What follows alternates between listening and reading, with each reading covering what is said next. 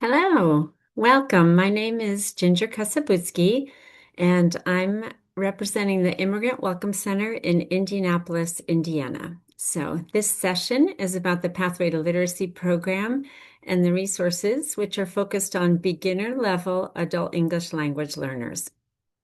I feel very honored to be with the brave people of Minnesota today, and especially all of you who are working with immigrant and refugee learners. And I just want to recognize that this session is focused on teaching, and it's assuming that eventually things in our country will improve, and we will have learners who are no longer afraid to come to class, and we will become a refugee receiving country once again. So I just want to say that before we begin. So the agenda for this session is a bit of background on the program and then a focus on resources for oral language, reading, and assessment. And there will be a few places to ask questions along the way and at the end. So I hope that by the end of this session, you will have tools to add to your toolbox for teaching oral language and reading skills to your literacy level learners or beginner learners, and have an awareness of our assessment tools to use with your students, and have possibly new ideas that you can apply to your classroom teaching.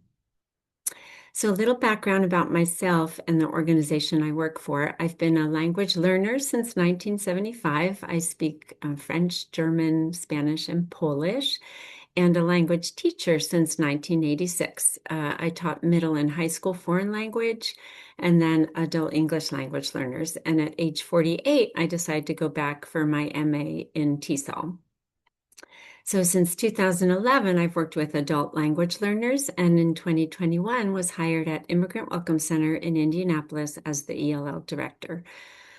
Our organization is a small nonprofit whose mission is to be a trusted advocate and partner for all immigrants, and whose vision is to see every immigrant in Indiana thriving. This is much easier said than done in the current climate, as we know.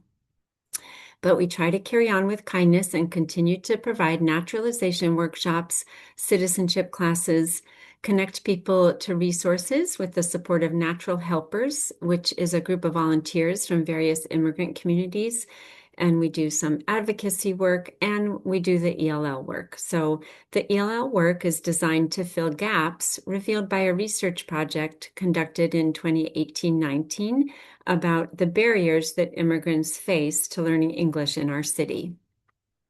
One finding from the research project was that 31% of participants had decoding skills of grade 1 or below using a reading diagnostic developed for the project. Their needs were generally overlooked in the mainstream adult ELL classes around the city. You can read about the research project in the article that's linked here in ProLiteracy's Adult Literacy Education Journal. Thanks to the research, we had the data to advocate for philanthropic funding and do a 2.5-year pilot program. The program officially launched in 2023, and now we're on our second 2-year cycle. The curriculum development has been a collaborative effort of 8 to 12 educators, as well as some cultural specialists to help inform the curriculum.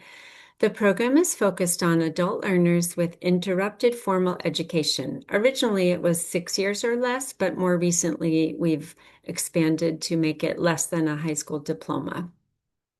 We currently have 7 classes, 3 virtual, 4 in person, and our partners include the Indianapolis Public Library, a literacy organization, and a community center, as well as the adult ed programs and resettlement agencies here. Classes are 4 to 6 hours a week, 30 weeks a year, covering 3 themes per semester. The program began as levels A through D, and those levels correspond to pre-NRS Level 1 and NRS Level 1. But with the federal changes for adult ed programs, including requiring work authorization or valid ID to register, we wanted to expand the program to ensure that some of our learners could still access classes. In the fall, we began bridge classes, which is an option for our graduates who might not qualify for an adult ed ELL program. Our goal from the beginning has been getting learners to the starting line of the next level program, depending on their goals. That might be a level one adult ed class or a beginner level citizenship class. The 12 curricular themes that we've developed are listed here, and our curriculum development is constantly a work in progress. We're always hoping to adapt and improve. A quick note on theme-based learning. What we mean is centering all activities around a theme. Students are working with a core set of vocabulary to complete activities related to phonics, reading, oral language, etc. Theme-based learning is not grammar concepts, question words, numeracy skills, or decontextualized phonics activities, although all of those can be embedded in theme-based learning. So all the resources I'll share today are available on the website, and we will make sure that the link is in the chat, and are open educational resources, which can be adapted to your teaching context. So they're focused on beginner level, but are flexible to use and adapt for higher level learners.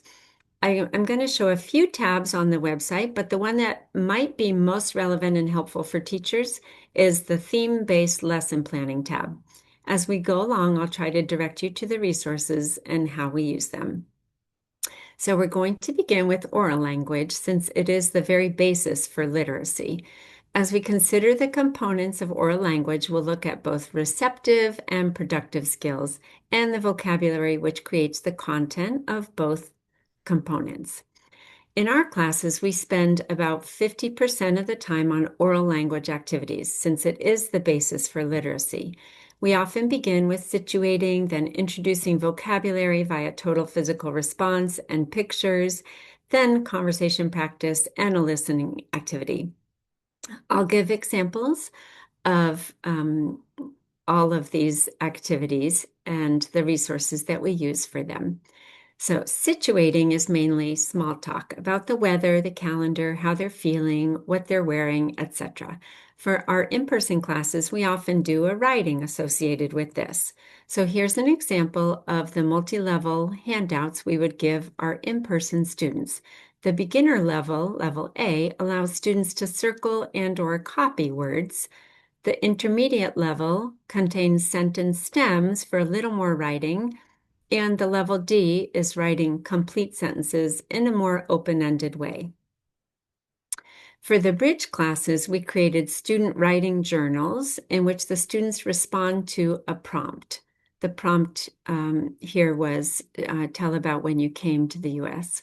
The advantage to these is the teacher can take them home and see and respond to their writing, whereas if they do the writing in their notebooks, the teacher may never actually get to see it and respond. One method for developing oral language we use in our beginner level classes is called total physical response, which you may be familiar with. As we know, we learned our first language by lots of listening, hearing repeated words, connecting words to meaning. The progression is hearing, understanding, acquisition, production. So TPR is based on this progression and involves letting the students hear words and respond physically. I would usually do a demonstration of TPR in Polish at this point, but we decided that it might not be best for this presentation. One key question that we had was, how many times does a person need to hear a word to be able to recall and produce it? So of course it varies depending on the person, but generally they must hear it a minimum of 12 times before it begins to become part of their long-term memory. And we know that the more often we give them chances to hear, see, and produce a word, the more success they'll have in using it. So a good gauge in my mind is 12 to 16 times. Let them hear the word that many times before expecting them to produce it. TPR allows for lots of hearing words while giving a brain break with movement. Besides TPR, for listening, we also use audio with pictures, stories on YouTube, and real people. We do activities like this, which is a listening conversation and then asking, what's the dialogue mainly about?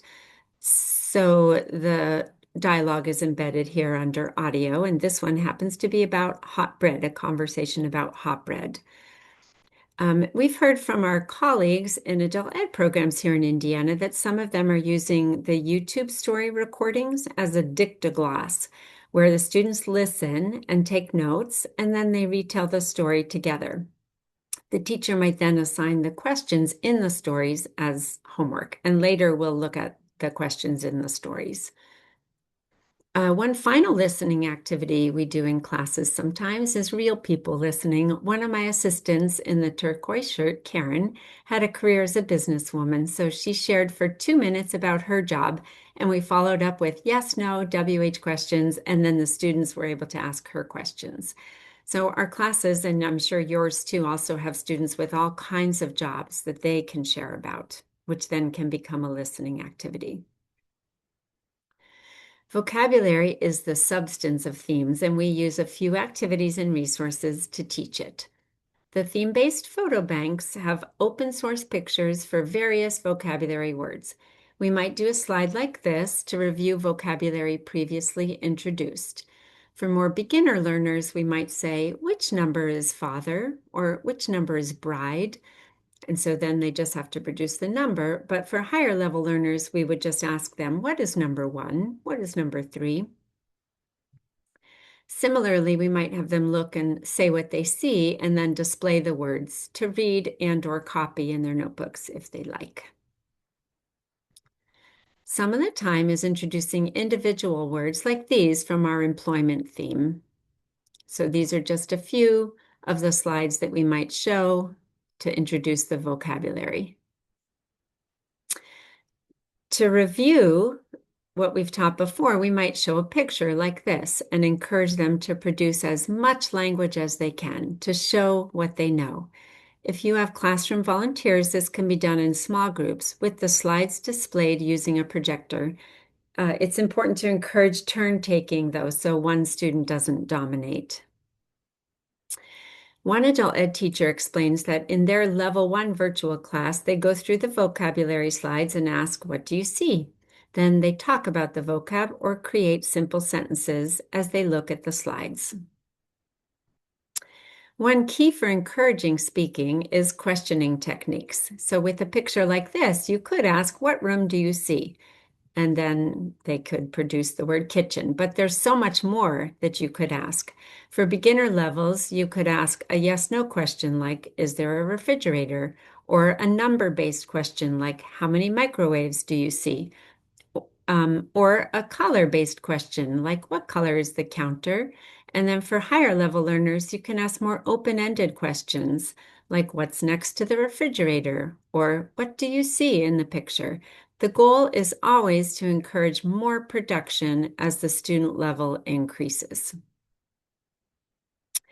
In sum, it's so helpful to reinforce speech with images, realia, and movement, and to limit teacher talk. 30% or less is ideal, but very hard. And then to give time for processing and check in, slow down, then slow down even more. Because this is working with beginner level learners. So finally, for oral language, we focus on conversation in class, and we use slides we've created, which are usually a combination of text and visuals. For example, in the health theme, we might show this and have the students do a conversation asking, what's the matter? Or we might show this slide and have one student ask another student, where do you go to the pharmacy? Or for higher level students, we might remove the visual support and have them ask each other questions like these. The keys to teaching speaking are to balance fluency and accuracy, make it as motivating and meaningful as possible, allow for real communication, and use a combination of text and pictures. So, where to find these resources? From the theme-based lesson planning tab on the website, you can scroll down for the situating handouts or scroll to the teacher's bank for TPR words, listening exercises, and vocabulary. On the theme-based lesson planning tabs under each theme, we have starter lesson plans and starter teacher banks, as well as the stories and the handouts. And then the YouTube channel with the stories, it's linked here, and you will receive the slide deck at the end, so you'll have all these links, and also on the homepage of the website. Okay, so we're going to pause to share in the chat. I'm curious, what methods or resources do you use to develop listening, speaking, and or vocab skills with your beginner learners? And so now if you want to put your ideas and your experiences in the chat, that would be really helpful. We can share with each other. And additionally, if anyone has any questions regarding the oral language development section that I shared about, please feel free to share.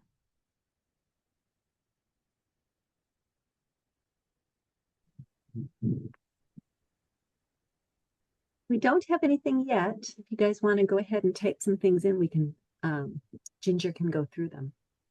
Here we go. In my class, we use Burlington English.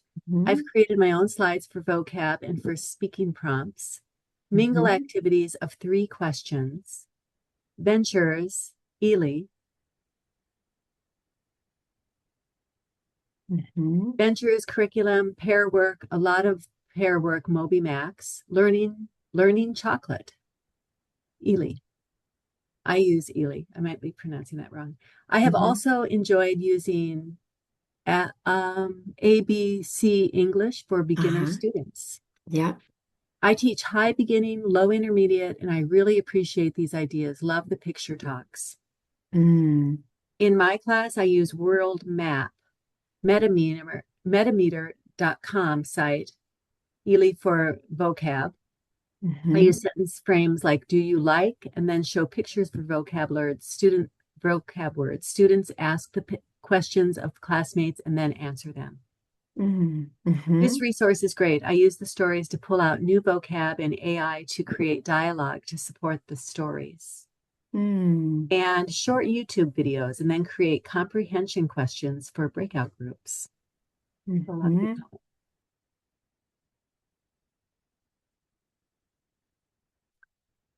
Okay, and then Ely has good polls that include pictures, and everyone can respond and participate. In my classroom, I've used Chat GPT to create picture-based pictures. And for listening, elio.org. Okay, wow. That's so many great resources. Yeah, in Indiana, all of the adult ed programs use Ventures and Burlington English. So that's really wonderful resources, especially for level 1 and higher. And ABC English is fantastic. We have leaned on them a lot too.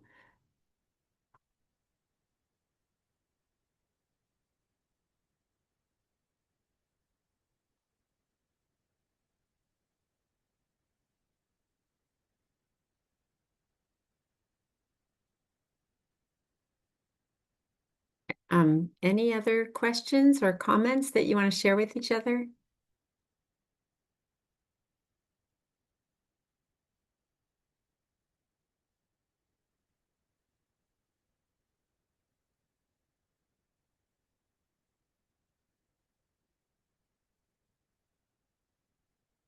Okay, Gail, should I continue? Yeah, I think so. I think there was just a couple more. One said, someone mentioned using the New York Times, what's going on in this picture yesterday. And Carol plans to use that when she gets back into the office. And then Jill said, we talk a lot about the pictures before we start the story. And then I use adult pathways for learning. I think that's most of it. Awesome. Okay, thank you. And this, I think you'll have access to the chat afterwards. So just hearing each other's ideas is going to be helpful for all of us. All right, so we're going to move on to teaching reading. And again, I'm just sharing the resources that we have created here in Indiana, and they're focused on beginner level learners. So we are not a federally funded adult education program, but we know that that's where many of our students are going. And so we hope that we are preparing them for entering the level one adult ed class and using Ventures or Burlington English or the other resources. So, yeah, we'll talk about teaching reading and the activities and resources that we use for teaching reading. So, as we know, and especially those with LESLA learners in your classes, a person only learns how to read once in their life. So, for those who haven't had the opportunity to gain those literacy skills in their first language, the challenge is even greater in a new language. So one way that we find out if they have native language literacy skills is by using the reading diagnostic tools that we developed for the research project. And this tool gives teachers an idea of students' decoding ability in their native language and in English. So it's not about reading comprehension, it's just decoding. It's similar to an eye test at the optometrist, meaning what's the lowest line you can read. And it's connected to CASA standards, and it takes just 5 minutes to administer. And it can also weed out students who are too high for our program, since our program is focused on the very beginner learners.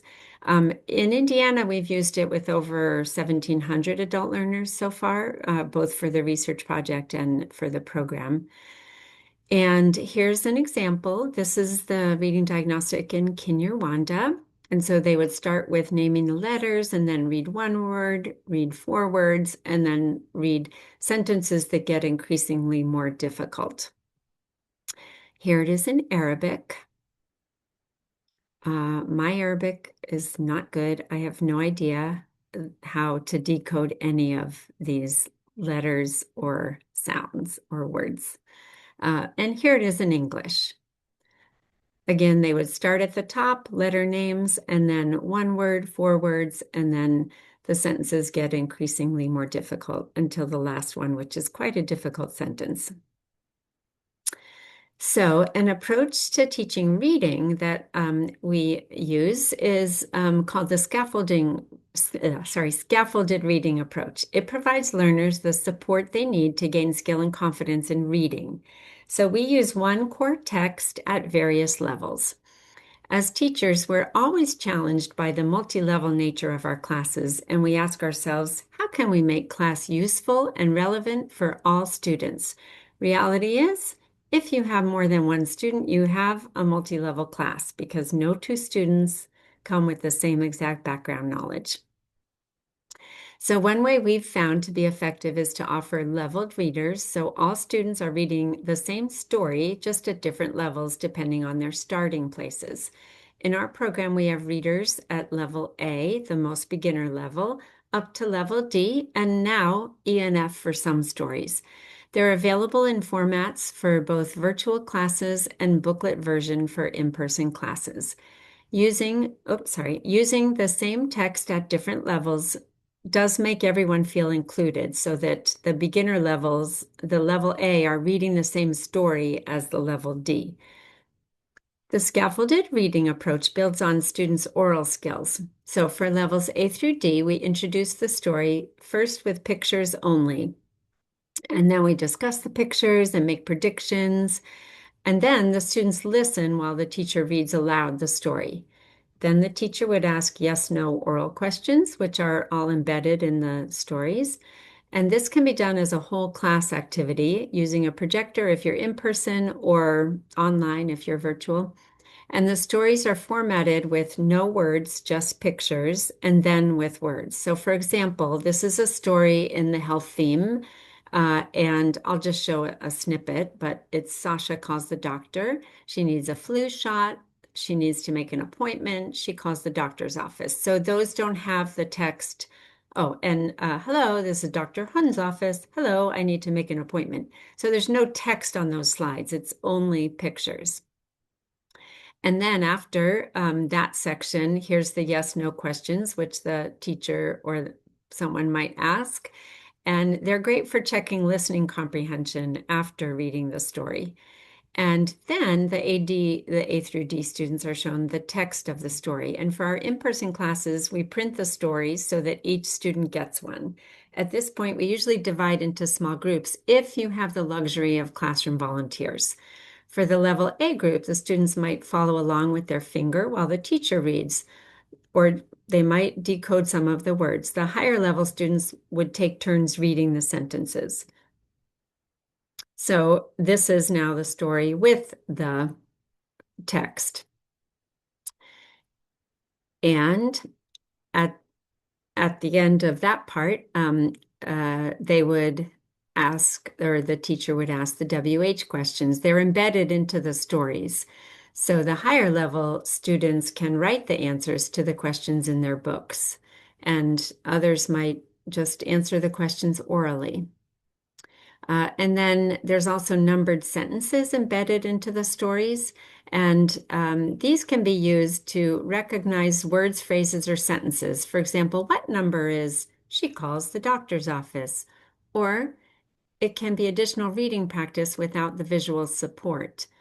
Or it can also be used as phonics activities, such as circle the words with the long A sound. And some of our level D stories have sample test questions at the end. So here's one related to the clothing and shopping theme. In July, we had the privilege of partnering with Atlas to work on a story leveling project. So the gap left by the disappearance of our beloved Bow Valley readers caused quite a hubbub in the ELL and Lesla world. And we knew that we wouldn't be the only ones who would benefit from increasing the level of our stories. So we used the Bow Valley readers as our models, and we raised the level of 15 stories in our 12 themes from D to levels E and F. By offering higher level versions of our A through D stories, we knew that we would be better bridging our learners to the level 1 adult ed classes. To level up, we began with level D and increased the length and level of vocabulary, the syntax, and the grammar to create levels E and F. In my bridge class, we do level D on day 1, so they'll read the level D story, and then we'll move to the higher level story on the second day. So it's great to introduce them to the story using level D because it has the yes, no, and WH questions embedded, but then to challenge them with the higher level readers the next class. And it's a way to scaffold them to the higher levels of E and F because the story and the vocabulary is already familiar to them. So levels E and F stories all have test questions at the end, which are similar in format to CASAS and TABE Class E tests. TABE Class E is what we use in Indiana in adult ed for assessment. So after they read the level E or F story in small groups, they do the corresponding test questions. We hope to continue leveling up more of the stories and creating new stories. Finally, we use something called the language experience approach to teach reading. Language experience approach is when students tell their own stories, which then become the texts for reading practice. These student-generated stories can be done in various formats, as individuals, as a class, on slides, or in booklets. These stories can really build community because of the mutual sharing. Here's a few examples of ones we've done with our students. So this is a level A student story. The student dictated his story about his house and his family, and then the teacher wrote the words that he said on a whiteboard for him to copy onto this page. These online students dictated their stories, and the teacher wrote the words for them on a slide, and then they read their own story. This is about Josephine and Amadullah. And here's an example of a student-generated health story. And we'll listen to a short video of a student reading his own story related to food.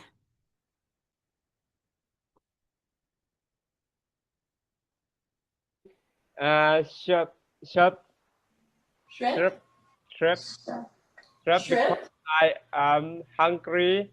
I am in in my apartment and Mm-hmm. I am in the kitchen. Nice. Okay. Sorry. Now I have to go back. I'm sorry. Um, one moment, please.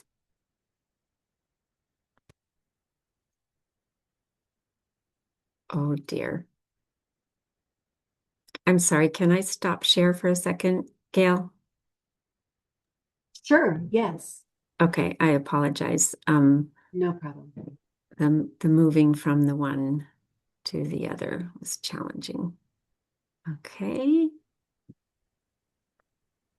All right. Thank you for your patience, everybody.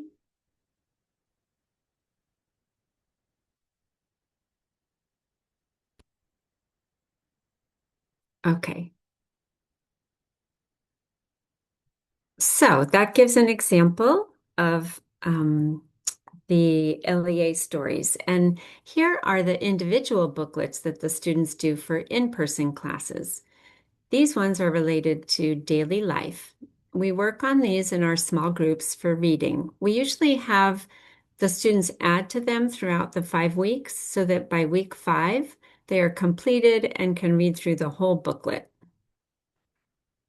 So if you don't have the luxury of volunteers and being able to work in small groups, you can do a whole class story. It could be about an experience or an outing together. We did a tour of the library where our class meets.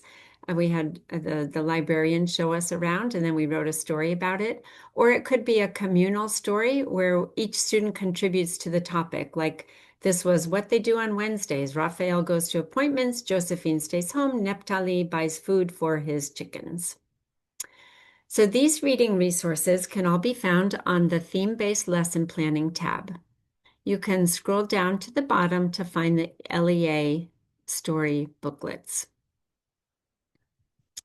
We use stories to give learners opportunity to demonstrate their prior knowledge and share life experiences, practice decoding, comprehension, and offer a sense of safety and success. So in sum, we've seen that stories provide a place to be known. So I'd like to pause and ask if you can share in the chat what methods or resources you use in your classroom for teaching reading skills and also to include student stories. Or if you have any questions about anything I shared, please feel free to write in the chat.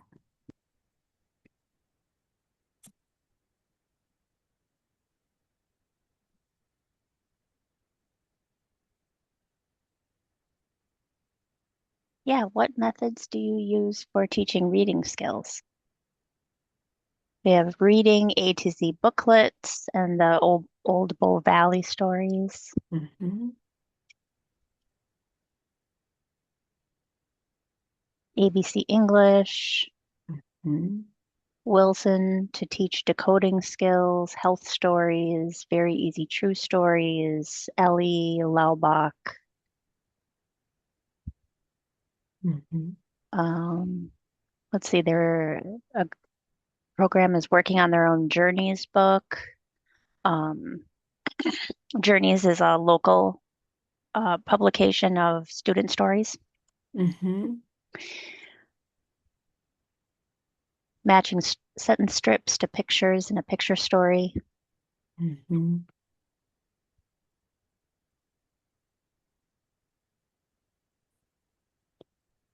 Yeah, I think Molly makes a great point. I don't do nearly enough student stories, so thank you for the reminder. How are people including student stories?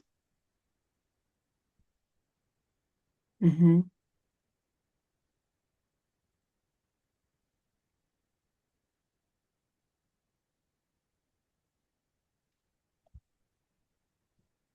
Yeah, so that's a question for everyone here, right? How Yes. are you? So, Yeah. Yeah. How are you integrating student stories into your lessons? mhm. Let's see, we use oral questions, answers on a whiteboard to generate conversation. As I hear what Mhm. students are saying, I write sentences on another whiteboard. We read the sentences, and they love learning more about one another. Yeah. Mm.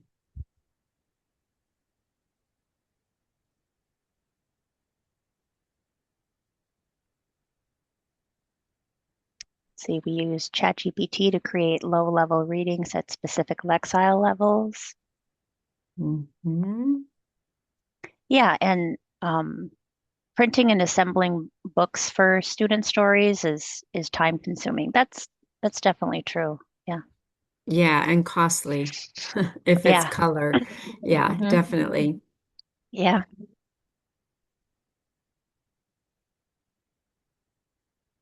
Yeah. Any other ideas?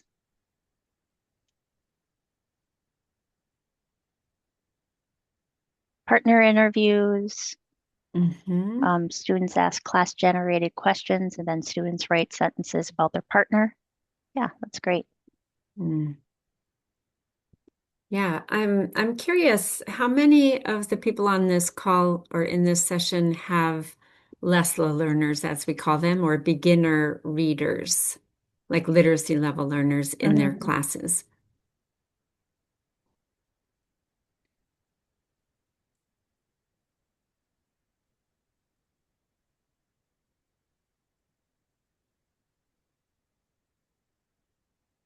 Yeah, looks like most people are saying yeah. Yeah, okay. Yeah, all of the resources that you mentioned, I'm not familiar with all of them, but yeah, many of them are just wonderful. The Bow Valley readers were, Hmm. they paved the way for us at least to create the ones that we've created. And the ABC English stories and resources are fantastic, especially Hmm. for those beginner level learners. Yeah, and I'm familiar with the local story writing project that you mentioned. I've seen that. That's beautiful. Hmm. Journeys, yeah. Journeys, yeah. Yeah. All right. Any Yeah. other comments or questions about teaching reading skills?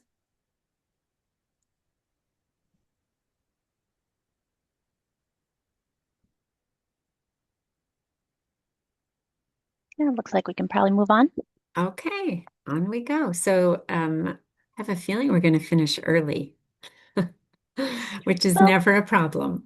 yeah. So we're going to wrap up by talking about assessment tools. Okay, so I realize what the adult ed programs in Minnesota use is CASAS. That's correct, right? Um, and what we use in Indiana for Yeah. adult ed is TABE Class E. So it's state by state what the state decides to use for its assessment for adult ed ELLs. Hmm. But I do know that Indiana, the TAPE Class E is more challenging than the CASAS. And so it's been a real challenge for learners, especially at the beginner level, to actually um, have success and make gains on that assessment. So, as Jen Christensen from ABC English says, there are few formal assessment tools for monitoring progress in decoding abilities that are designed for LESLA or literacy level students, and none that is widely used throughout the LESLA community. So the challenge of assessment for the most beginner level learners is generally that the federally approved standardized assessments don't measure this functional level well. So our assessment journey here in Indy began when three local organizations, one literacy organization and two other organizations collaborated to create the reading diagnostic for the research project that I had mentioned before. And those are available in 33 different languages. And so that was the first step.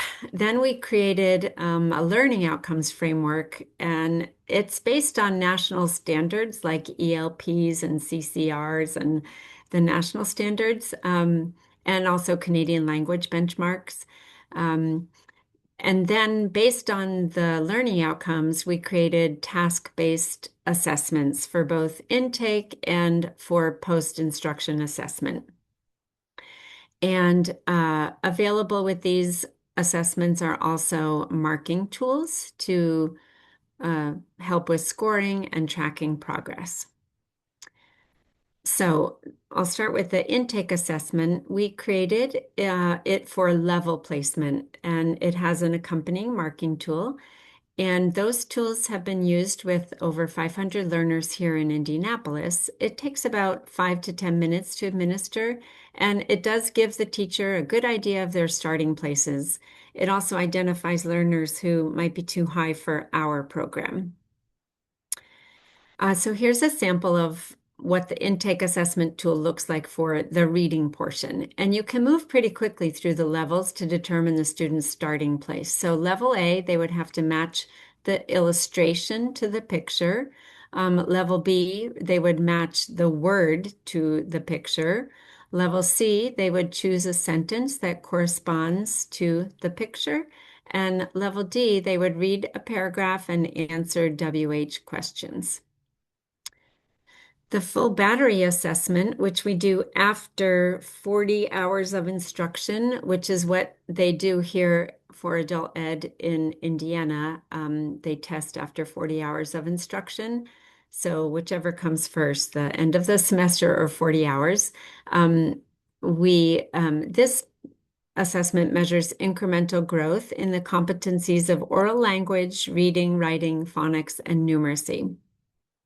It provides a benchmark for ongoing instruction, and it identifies learners who are ready to graduate from our program.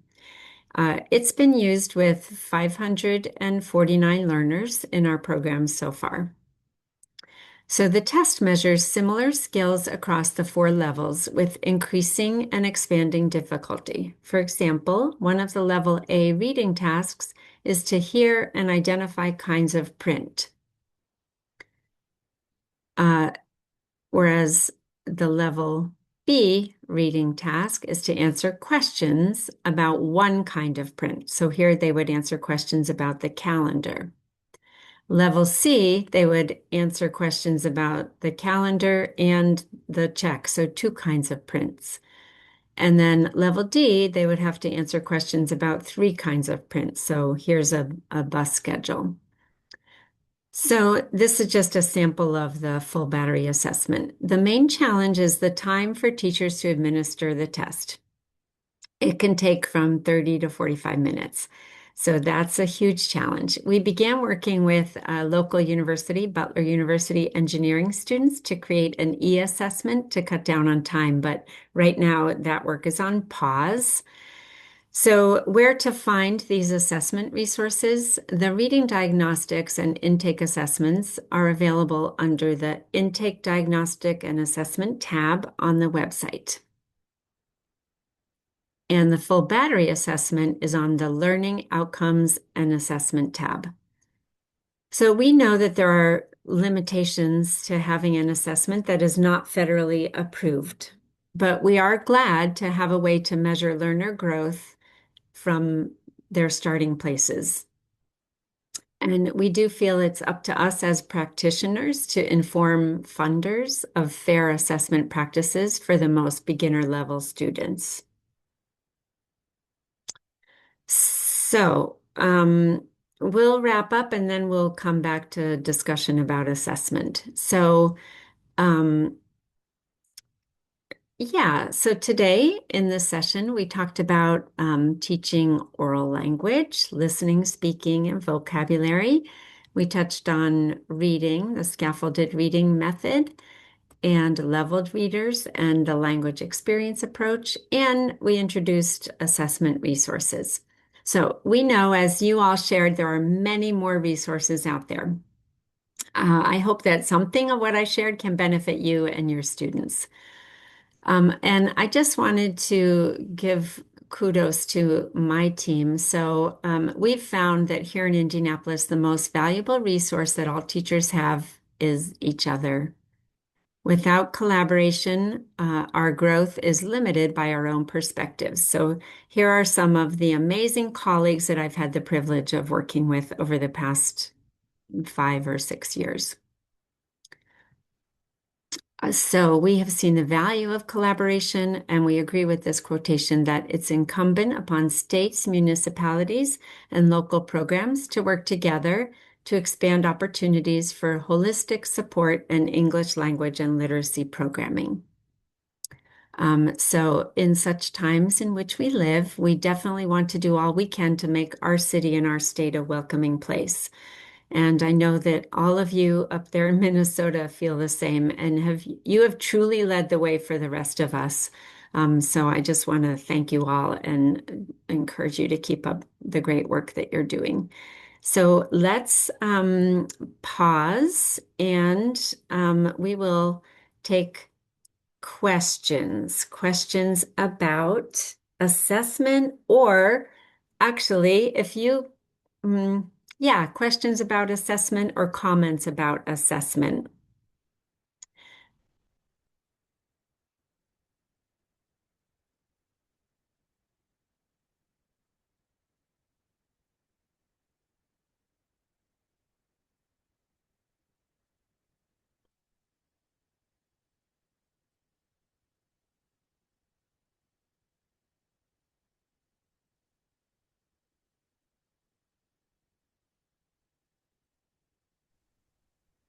Hi, Ginger. My name is Sarah, and I just have a quick question. I didn't hear everything about the assessment part. When you were talking about that part with assessing students in their native language with that reading, Mhm. I didn't catch if you said, how do you know if they're reading it correctly? How do you do that part? Yeah, so we have a whole training for administering the reading diagnostic because that's a question that everyone asks. Well, I don't speak Kinyarwanda. How do I know that they're actually reading it correctly? And I can say, after having experienced, not just me, but many of us administering it, you're listening for fluency. So you're listening for pauses, you're listening for repeated sounds, you're listening for speed. And all of those, you're actually able to listen, even if it's not a language that you know. So you don't know if they're exactly pronouncing the word as it would be pronounced in their language, but you can definitely listen for those fluency cues, and that gives you a good idea. And I mean, also for many of the students, like some of our Afghan friends, or some, if they haven't had the opportunity to attend school or to learn the skill of reading, they look at it in Pashto and they just shake their head and shrug and they can't decode. And then for others, they can start, but then there's this moment where you know that they're kind of stuck. And that is evident even if you don't know the language that they're decoding in. Thank you so So, much. I understand now. Thank you so much. mhm.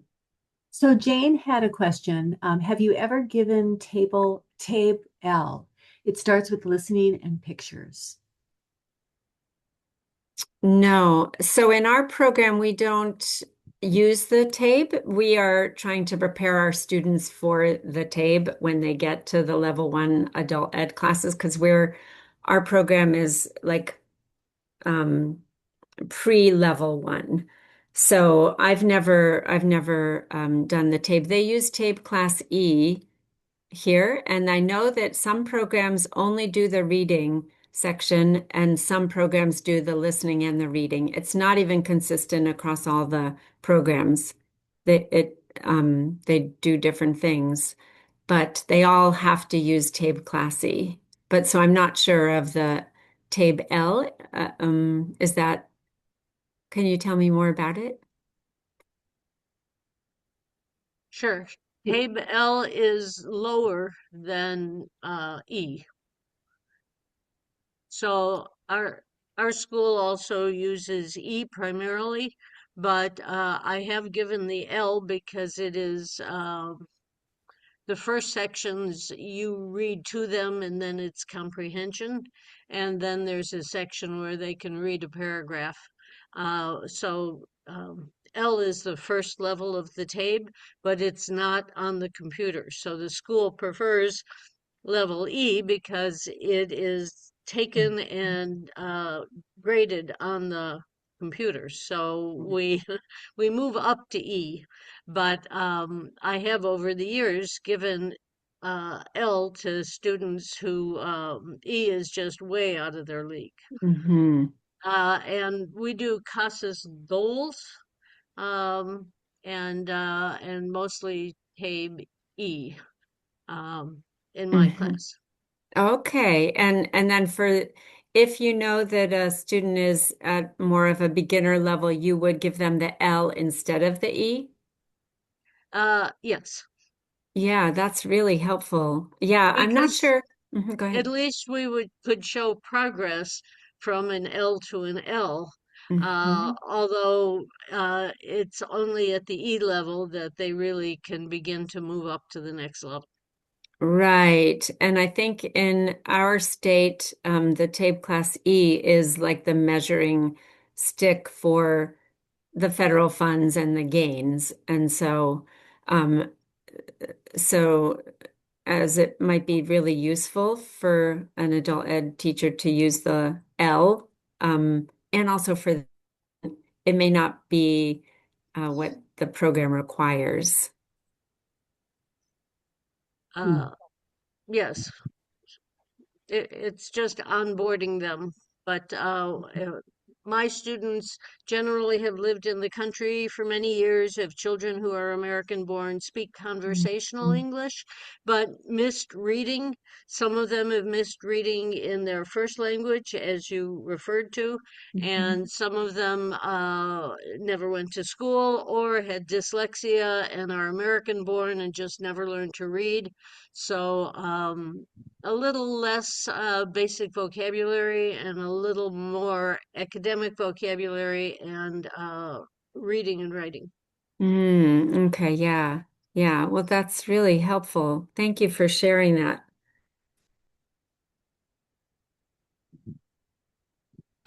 I, Are there I any had a, other? oh, Go ahead. Yeah, go ahead. sorry, I did. I was just wondering if you see this. I have sometimes students who are like, they're at like the CASAS level A, and then they kind of test out of that maybe, but they move to the next test, and it's just like it's way too big of a jump. And I'm hopeful that maybe Mhm. using these assessments with them can help them see progress, even when like that CASAS is just too big, because sometimes it's really frustrating to see maybe other students in class making progress and they're not, moving at the same level, which of course every student's different, but I think I'm optimistic this gives them a chance to see concrete progress when they can't see Mhm. it maybe in their CASAS tests. So thank Yes. you. This is really Yeah. helpful. Yeah, and we have definitely seen that. I mean, some of our graduates have gone to the level one and taken the TABE Class E, and um, I know that they've felt like it was too hard, difficult. I mean, we get feedback from them, um, and for the students in our program to be able to see that they passed level A and they made it to level B. It means something to them and they get a certificate and they realize they are making progress. It's just that their progress is not on the radar of the federally funded adult ed programs. And so that's why, we have this program to hopefully get them to that starting level. But they definitely feel a boost in confidence that they too can learn. They're not beginner thinkers. They may be beginner readers, but it's definitely we've seen a benefit for their perception as language learners. So there is another question from Kristen. How do you manage these reading phonics assessments? Who does them? The teachers or volunteers or a designated person? Especially because it takes so much time. I know. So that's a really good question because I know in the adult education programs, they have someone assigned for pulling out and doing the assessments. And so we don't have that luxury in a sense. So we have trained teachers and even classroom assistants who've been working with the program for a long time. We all have been trained on administering the assessments. And so we give time at the end of the semester so if someone reaches 40 hours, then the teacher or an assistant might take that student out while the class is going on. But a lot of times we wait to the end of the semester and give like a week for the teachers to test the students. They may not be doing all the testing. It may be their assistant, it may be their volunteer, it may be a different teacher coming in and testing the students in one teacher's class, but yeah, we don't have like a designated assessor for each class. And so the e-assessment idea, I mean, that it's a dream. It's a dream, but dreams take a while to fulfill. But we really hope because there's so many of the tasks that could be done, with the tablet and earphones and listening. And even we've gotten all the instructions for the assessment I think we have it in 13 different languages now. So at the beginning of the test, or the teacher or the administrator could pick the language. And then throughout the test, they would hear the instructions for the task in their language because a lot of times it's the very reading the instructions of what they're supposed to do that is confusing. And that's not actually testing their skills, it's testing their ability to read the instructions. So if we can have the instructions throughout the test in their language, and then they're just focused on the task in English, that's the goal. We already have the instructions in many different languages, but it takes so much work to make an e-assessment. We're not engineers, we're not software developers, so that's why we're leaning on engineering students. But anyways, it's slow going.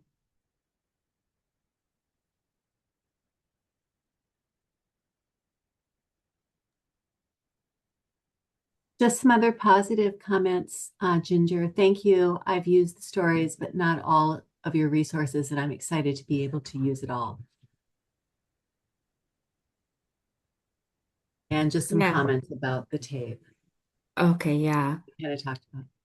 Yeah, we're just happy whenever we hear that something we've created is useful for teachers because I know we all felt like there weren't enough resources for the very beginner level learners. So that's kind of why we focused and spent time creating.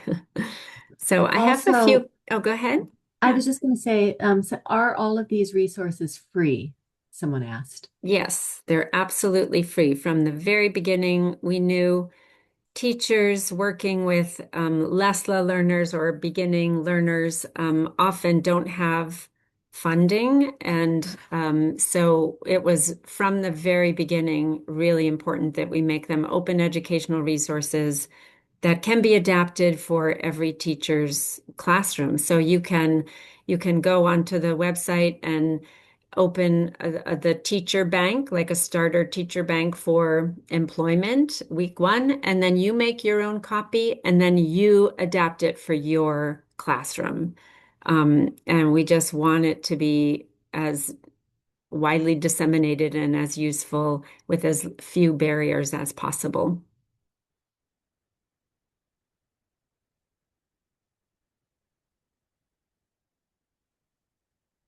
So these are my questions for you. If you could answer maybe one of them, was there one thing that you learned today, maybe one activity you'd like to implement in your class, or one question you still have about the topic?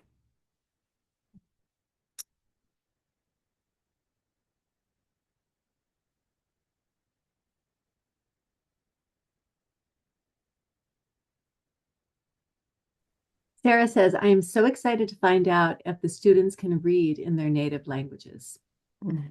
Let's see. I learned how to better utilize the assessment tools.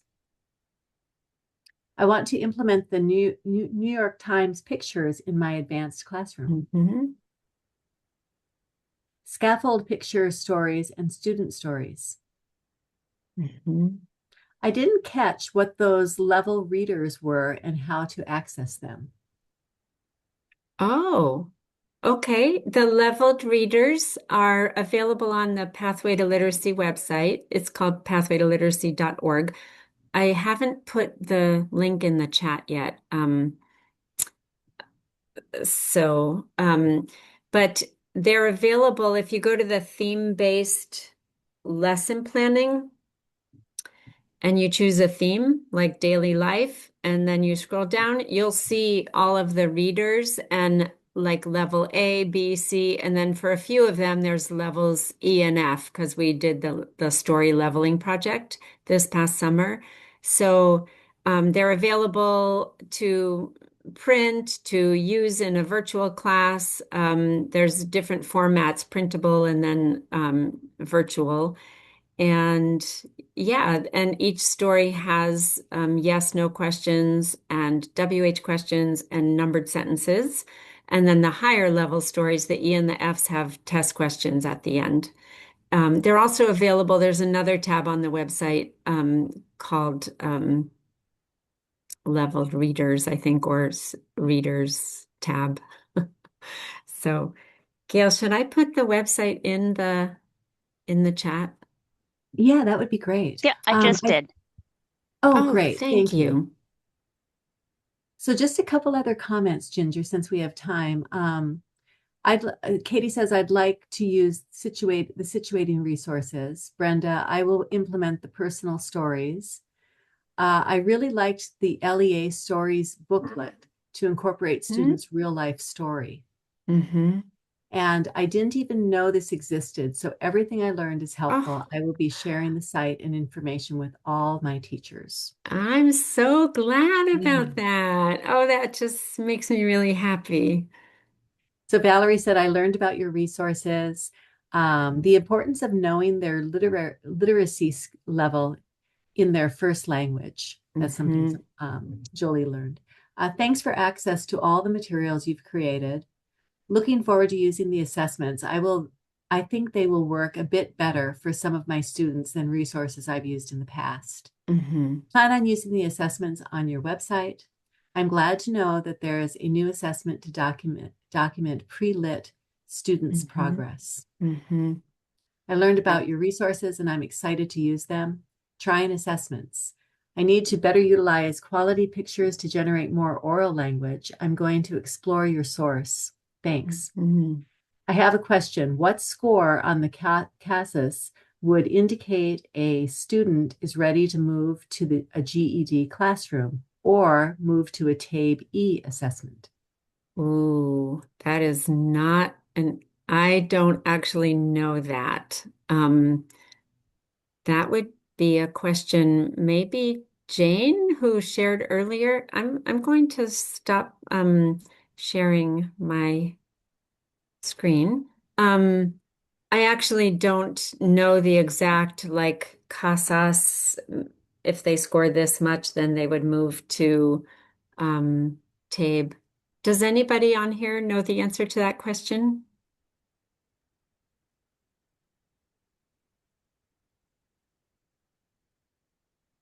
This is where we need Patsy. Right. Mm.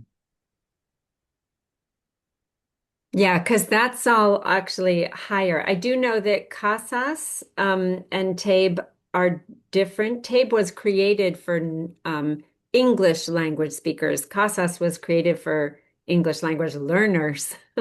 And so they took the TABE and they created a version for non-English speakers. But it's a different test.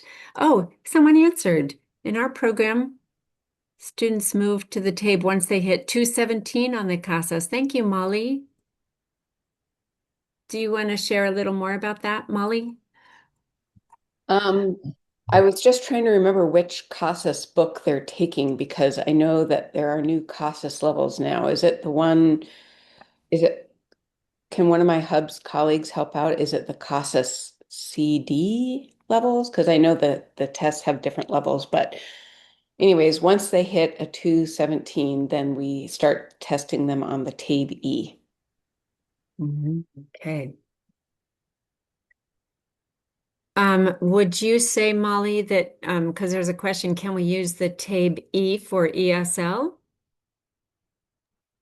Well, I mean, these are ESL students. I will say so in order to move from my level to the next level, once they hit a 217, then they start taking the TABE E, but they need to hit, I think, a 442. And this, in general, I will say the students in my class who have had more formal education in their native country tend to hit that mark sort of easily.